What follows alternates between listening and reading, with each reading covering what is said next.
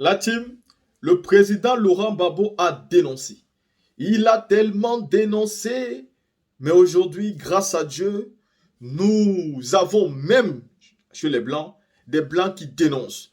Alassane Ouattara, son nom est mangé dans toutes les marmites aujourd'hui en France, car les Blancs les plus intelligents ont compris que le véritable responsable de la destruction de la France en Afrique aujourd'hui, c'est Alassane Ouattara. Cela a commencé depuis avec M. Nicolas Sarkozy. Cela a commencé même avant ça, on va dire, avec Jacques Chirac, depuis en 2000. Parce que quand le président Laurent Gbagbo subissait les attaques des terroristes et des rebelles et qu'il avait demandé l'aide, la France avait déjà refusé. Sarkozy est venu continuer, François Hollande a accentué, aujourd'hui Emmanuel Macron.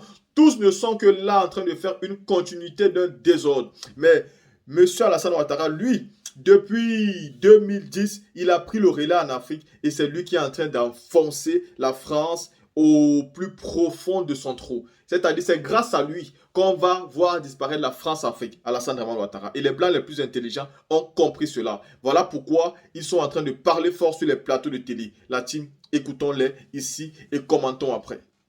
Il n'y a pas de sentiment anti-français. Les peuples africains sont anti-politique française. Ils veulent accéder à leur deuxième indépendance, celle de la souveraineté économique et financière. Nous devrions les écouter. Nous devrions fermer les bases militaires en Afrique et en finir avec le franc CFA. Et que dire du franc Pacifique? Au lieu de cela, vous continuez à exiger des sanctions internationales qui étouffent les peuples et renforcent l'image d'une politique française aveugle aux besoins des peuples. Vous avez même exigé la fin de la coopération culturelle avec tous les artistes maliens, burkinabés et nigériens et bloqué l'obtention des visas pour les étudiants ressortissants de ces États. En appliquant ces injustes sanctions collectives, vous vous en prenez aux puissants vecteurs de paix que sont les coopérations culturelles et intellectuelles. Avec les putschs au Niger, au Gabon cet été, votre politique néocoloniale et impérialiste en Afrique a connu l'un des plus grands revers. La faute à une politique pilotée pour nos intérêts économiques de l'uranium au pétrole. De même, ce même fait colonial qui est dénoncé dans nos outre-mer, qui vivent la persistance de cette mentalité dans des territoires exploités uniquement pour leurs ressources naturelles sans égard pour la souffrance des populations, au risque d'une explosion sociale que vous ne saurez pas voir venir. Au Sahel, vous avez demandé aux militaires de faire de l'humanitaire. Aux humanitaires, vous leur avez demandé de faire de la politique. Aux diplomates, vous leur avez demandé de n'être que la caisse de résonance de l'Élysée et donc des multinationales françaises. Et quand vous prétendez défendre la démocratie, les peuples vous répondent en dénonçant et en rejetant les tricheurs. Il n'y a pas de sentiment anti-français. Les peuples africains sont anti-politique française. Ils veulent accéder à leur deuxième indépendance, celle de la souveraineté économique et financière. Nous devrions les écouter. Nous devrions fermer les bases militaires en Afrique et en finir avec le franc CFA. Et que dire du franc Pacifique? Au lieu de cela, vous continuez à exiger des sanctions internationales qui étouffent les peuples et renforcent l'image d'une politique française aveugle aux besoins des peuples. Vous avez même exigé la fin de la coopération culturelle avec tous les artistes maliens, burkinabés et nigériens et bloqué l'obtention des visas pour les étudiants ressortissants de ces États. En appliquant ces injustes sanctions collectives, vous vous en prenez aux puissants vecteurs de paix que sont les coopérations culturelles et intellectuelles. Madame Colonna et Monsieur Vigier, quand l'arrogance néocoloniale va-t-elle quitter nos politiques publiques? Je vous remercie. La parole est à Madame Catherine Colonna, ministre de l'Europe et des Affaires étrangères. Merci Madame la Présidente. Monsieur le député Lecoq, il m'arrive d'être d'accord avec vous. J'espère que personne ne s'en offusque. Mais là, je ne saurais l'être tant vos propos dépassent la réalité. Au Gabon comme au Niger, notre politique est guidée par les deux principes qui nous gouvernent toujours. Un, nous condamnons tous les coups d'État. Deux, nous soutenons les organisations régionales, au Niger la CEDEAO, au Gabon les pays d'Afrique centrale. Voilà la réalité. Et je voudrais aussi vous rappeler que l'Afrique ne se réduit pas au Sahel. Il y a quelques juntes qui remettent en cause la France pour masquer leurs propres échecs. Ne faites pas comme eux, monsieur le député, je vous en prie. Bien au contraire, les relations entre la France et la plupart des 54 pays africains se portent bien, se portent même très bien. En 15 ans, le volume de nos investissements a doublé, c'est un fait. Nos universités sont attractives, elles accueillent aujourd'hui 92 000 étudiants africains, soit 40% de plus qu'en 2017. C'est un fait. Nous avons augmenté notre aide au développement de 50% en 6 ans. C'est un fait. Partout sur le continent, nous menons des coopérations avec les scientifiques, les jeunesses, les sportifs, les artistes, monsieur le député. Et à propos des artistes, permettez-moi de dire que les mesures que vous évoquez n'ont jamais ni été prises, ni même n'ont été demandées. Et surtout, nous traitons l'Afrique sur un pied d'égalité, pour traiter avec elle les grands défis de demain, les grands enjeux que sont la faim, le développement, le climat, la santé mondiale. Nous soutenons dans la gouvernance mondiale le poids de l'Afrique et des pays africains. Nous le faisons au G20, nous le faisons au Conseil de sécurité. L'Union africaine vient d'entrer au G20 avec notre soutien. Voilà la réalité, monsieur le député, et voilà ce que nous faisons avec nos partenaires africains. Je vous remercie. Je vous remercie, Madame la Ministre. Monsieur Lecoq. Merci Madame la Présidente, Madame la Ministre. Entendez ce que disent les peuples africains. Entendez-les. Évidemment, c'est pas toute l'Afrique. Les 2 minutes qui me sont accordées ne me permettent pas de vous faire la liste. Mais vous savez très bien que la partie CEDEAO, par exemple, eh bien, les anciennes colonies françaises ont un message à donner à la France. Et ce message, vous avez du mal à l'entendre. Et c'était le sens de cette question. Je vous remercie, Monsieur le député.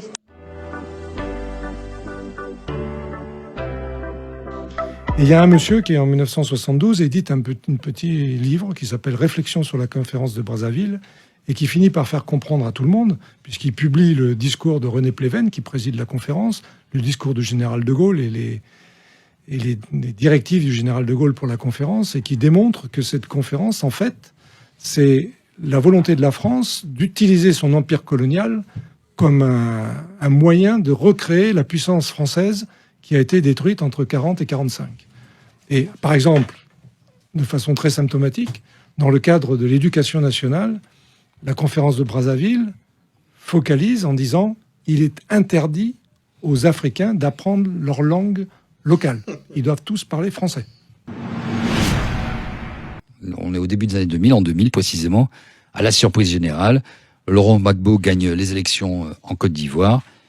Donc c'est la France-Afrique, hein, ce mot valise avec le CCD qu'il ne faut pas oublier depuis l'époque d'Houphouët-Boigny, que nous connaissons bien.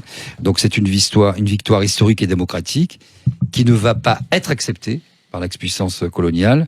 Et donc le 11 avril 2011, Nicolas Sarkozy va installer au pouvoir, on le sait, Alassane Ouattara, et orchestrer avec Luis Moreno Ocampo, le procureur de la Cour pénale internationale, le transfert de M. Gbagbo à La Haye. Donc après 7 ans de détention et 3 ans de procès au cours duquel sont apparues au grand jour les manipulations, les errances de la justice internationale, ce livre se propose de rétablir l'heure de vérité. Et donc il s'appuie sur des documents confidentiels, en particulier entre les autorités françaises et la Cour pénale internationale.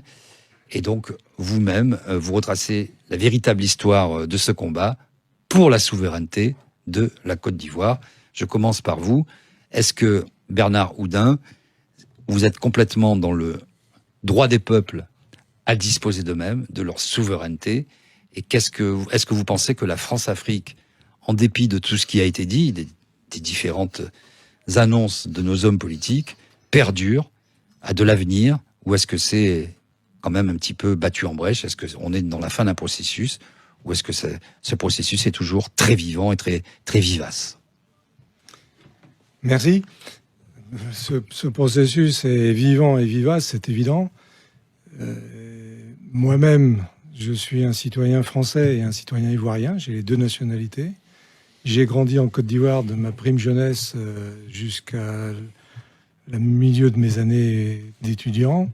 J'ai été coopérant français au ministère des Finances à Abidjan dans les années 70 avec un monsieur qui s'appelait Henri Conan-Bédier, qui viendra président de la Côte d'Ivoire plus tard. Et j'ai terminé en 2007 comme conseiller spécial du président Laurent Gbagbo. Je suis toujours son collaborateur après les années qu'il a passées à la prison de Scheveningen dans le cadre de la CPI. Et toute cette vie de la Côte d'Ivoire depuis les années 80-90 jusqu'à aujourd'hui, je les ai vécues, je dirais, comme la petite souris dans le coin du dessin de Plantu. Vous voyez, je vois bien. J'ai toujours été là à beaucoup de moments de cette histoire de la Côte d'Ivoire. Avec les petites mouches parfois qui volent. Et ce sont des grosses mouches en Afrique. Oui. Elles ne sont pas toujours recommandables. Et il est évident que malgré les velléités des uns et des autres de dire non, la France-Afrique a disparu. D'ailleurs, à ce propos, la France-Afrique, ça nous amène à la Côte d'Ivoire, parce que c'est un terme inventé par Félix Houphouët-Boigny, premier président de la Côte d'Ivoire, qui était un orfèvre en la matière, étant lui-même un ancien ministre de la 4e et de la 5e République, un des co-rédacteurs de la Constitution française de 1958 avec Michel Debré, et qui donc connaissait bien, était un pont entre la France et l'Afrique. Et l'arrivée de Gbagbo au pouvoir en 2000, après la chute du président Bédié et le coup d'État militaire qui avait provoqué cette chute, a fait qu'il y a eu un tremblement de terre en France, puisque c'était un président d'origine socialiste. Mais Gbagbo n'est pas dans l'idéologie. C'était un monsieur qui voulait et qui veut toujours développer son pays pour l'amener à des normes démocratiques, entre guillemets, normales. Et donc la France a immédiatement fait le maximum pour ne pas faire durer l'expérience, entre guillemets, Gbagbo. Et à force de le combattre, elles finissent par aujourd'hui faire de Laurent Gbagbo, comme m'a dit un ambassadeur de France qui était là à Abidjan au moment du bombardement de Bouaké, dont on parlera sûrement tout à l'heure. La France a voulu mettre Gbagbo dans un cachot noir. Il sort de ce cachot noir en nouveau Mandela. Donc pour des gens qui ont voulu empêcher la sortie d'un pays africain du précaré français, ils se sont très mal pris, et on démontrera au fur et à mesure de la soirée, à travers un certain nombre d'exemples, François et moi-même, que l'expérience de Gbagbo, c'est d'abord un exemple pour l'Afrique pour le futur. Et vous avez utilisé un terme tout à l'heure dans votre ouverture de parler de fake news. Moi, je dirais que l'histoire de la Côte d'Ivoire, depuis 2000 jusqu'à aujourd'hui, à travers le coup d'État de 2002, les événements de 2004, l'élection de 2010, le Gbagbo à la CPI et le gouvernement de Ouattara aujourd'hui, c'est la plus grosse fake news du XXIe siècle. Et selon vous, alors quels sont les ressorts de ces fake news? Quelles sont les raisons pour lesquelles on organise ces fake news? Est-ce que c'est une histoire d'abord? Je pense qu'il y a effectivement une histoire intellectuelle, une espèce de joug que peut-être les pays occidentaux et notamment la France considèrent comme tout à fait historique et donc normal, puisque c'est toujours été la norme. Et est-ce que aussi vous pensez que la question principale, au-delà des ressources, parce qu'il y a aussi une importance stratégique dans tous les pays d'Afrique, et notamment dans cela, et notamment dans la Côte d'Ivoire, il y a aussi des liens historiques et culturels très forts. Est-ce que vous pensez aussi que c'est la manne financière pour un certain nombre de politiciens français qui viennent là puiser à la fois des appuis, mais aussi des espèces sonnantes et trébuchantes? Ce serait bien de résumer pour les gens qui connaissent pas le concept. Il y a plein de jeunes gens qui découvrent là. Qu'est-ce que c'est que la France-Afrique? Est-ce qu'on peut résumer en quelques mots? Depuis Focard, allez, en quelques mots. Qu'est-ce que c'est que le mécanisme de la France-Afrique? Quels sont les rouages essentiels? Et sûrement dans ces rouages, on trouvera le franc CFA. Auquel cas on pourra demander à Nicolas de développer un peu. Mais globalement, Nicolas vient d'arriver. Et est-ce qu'on peut en faire un portrait global qui sert de décor, en fait, à l'ensemble Pour rester dans l'optique générale, où on a beaucoup parlé de Laurent Gbagbo, pour la France-Afrique, je ferai un point de départ avec la conférence de Brazzaville de 1944. La conférence de Brazzaville de 1944, voulue par le général de Gaulle à l'époque, était présentée comme étant le premier acte d'une volonté d'émancipation de l'Afrique dans le cadre où la France allait relâcher ses liens colonisateurs, etc. Et il y a un monsieur qui, en 1972, édite un petit livre qui s'appelle « Réflexions sur la conférence de Brazzaville », et qui finit par faire comprendre à tout le monde, puisqu'il publie le discours de René Pleven, qui préside la conférence, le discours du général de Gaulle et les directives du général de Gaulle pour la conférence, et qui démontre que cette conférence, en fait, c'est la volonté de la France d'utiliser son empire colonial comme un moyen de recréer la puissance française qui a été détruite entre 40 et 45. Et par exemple, de façon très symptomatique, dans le cadre de l'éducation nationale, la conférence de Brazzaville focalise en disant « il est interdit aux Africains d'apprendre leur langue locale. Ils doivent tous parler français. Pour une émancipation, ça commence mal. Et ce monsieur qui a tout démontré dans ces quelques pages s'appelle Laurent Gbagbo. Il est professeur à Abidjan en 1972. Il est docteur en histoire de la Sorbonne. C'est un monsieur éduqué qui n'a rien d'anti-français. Ça, je vis avec lui depuis 2007 et j'en suis un témoin permanent. Mais c'est un monsieur qui dit « Nous avons notre souveraineté à gagner. Nous avons l'équilibre à trouver entre les différents pays du monde. La Côte d'Ivoire est un petit pays par rapport à la France, aux États-Unis, si on veut, mais c'est un pays qui doit avoir sa souveraineté. Et nos relations doivent être des relations gagnant-gagnant avec d'abord les autres pays africains et puis les puissances occidentales. Entre adultes, nous avons des ressources, nous devons les exploiter, nous devons les transformer éventuellement. Et c'est dans ce cadre-là que Laurent Gbagbo voulait faire avancer les choses. On est en 72, là, quand il a écrit ce livre. Mais ensuite, il n'a jamais s'est jamais démarqué de cette position originale. Et quand on lit Gbagbo, jusqu'à aujourd'hui, c'est un monsieur qui est resté constant dans sa volonté à la fois d'émancipation et de relations. Pour comprendre comment Gbagbo est arrivé aux manettes, ce serait bien d'expliquer peut-être ce qui a précédé l'histoire de la Côte d'Ivoire, qui a précédé l'arrivée au pouvoir, non, avant les élections, pour qu'on comprenne le décor, comment il est arrivé. Laurent Gbagbo, la Côte d'Ivoire était au cœur de la France-Afrique, non, avant qu'il. Elle est restée 33 ans avec le président Houphouët-Boigny, dont j'ai expliqué qu'il était un Janus entre l'homme de l'Occident, son rôle en France et puis son rôle en Côte d'Ivoire, et qui a été, on parlait de Focard,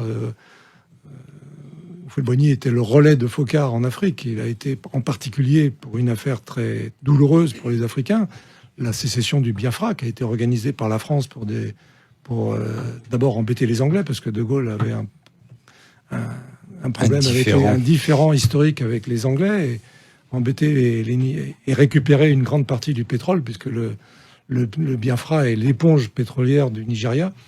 Et ça a été une guerre très douloureuse que les plus anciens peuvent se rappeler, qui a coûté des millions de morts et où la France, à travers son armée, qui était envoyée là-bas sous forme de mercenaires, mais qui était... C'est quelle époque, ça? C'est des années 65-68, avec les livraisons d'armes, et tout se passait par Abidjan. Quand on finit d'écouter ces deux vidéos, une seconde, voilà. Quand on finit d'écouter ces deux vidéos, on comprend directement la mainmise de la France en Côte d'Ivoire. Mais on comprend aussi le désarroi des députés républicains, des députés qui sont, c'est-à-dire honnêtes, sincères, des députés qui ne se prennent pas pour des suprémacistes sur le comportement et la relation entre la France et les États africains. Madame la ministre a voulu ici nous faire comprendre que le député, M. Lecoq, avait tort. Mais il n'a pas tort. Parce que la France qui veut faire comprendre que les pays du Sahel ne sont pas les seuls pays en Afrique, qu'il y a 54 pays. C'est comme si elle voulait nous faire croire que les autres pays étaient en accord avec la France, ce qui est faux. Ce qui est faux. Seulement que les pays du Sahel sont en train de prendre leur destin en main. Et que dans les autres pays, il y a des dictateurs au pouvoir. Et ces dictateurs sont venus au pouvoir avec l'aide de la France.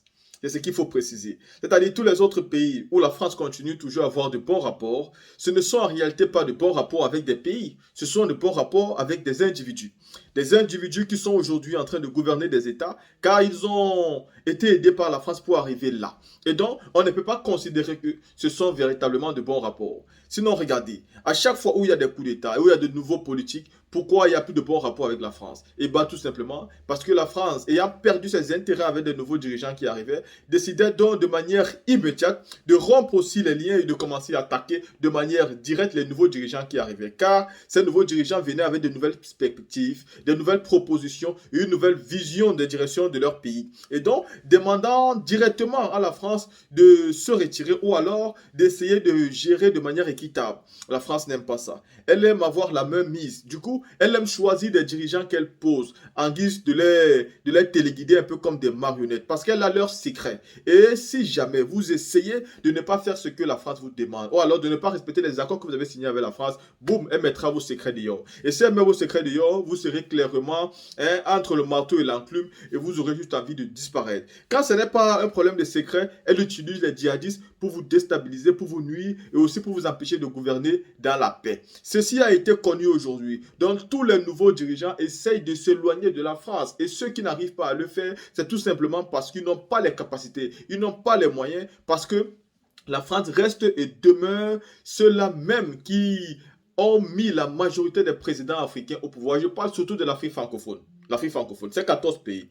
Pour la plupart de ces présidents, ils sont là avec l'aide de la France. Et du coup, ils ont toujours un compte à rendre à la France parce qu'en arrivant là, ils ont signé les accords coloniaux. Ils ont promis de continuer le fonctionnement que leurs prédécesseurs. Voilà où vous voyez qu'à chaque fois où ils arrivent, il n'y a pas de véritable changement. Ils vont beau vous promettre célitaire. Vous allez les soutenir, vous allez les aider. Vous allez aller avec eux vers le pouvoir. Mais quand ils vont arriver au pouvoir, ils vont continuer à faire la même chose que ce que vous êtes en train de reprocher aux autres. Il n'y a jamais de changement en Afrique. Il peut tout avoir comme changement en termes politiques, mais il n'y aura jamais de changement véritable et c'est dommage. La team, vous venez donc d'écouter cette vidéo où les Blancs eux-mêmes commencent à dénoncer.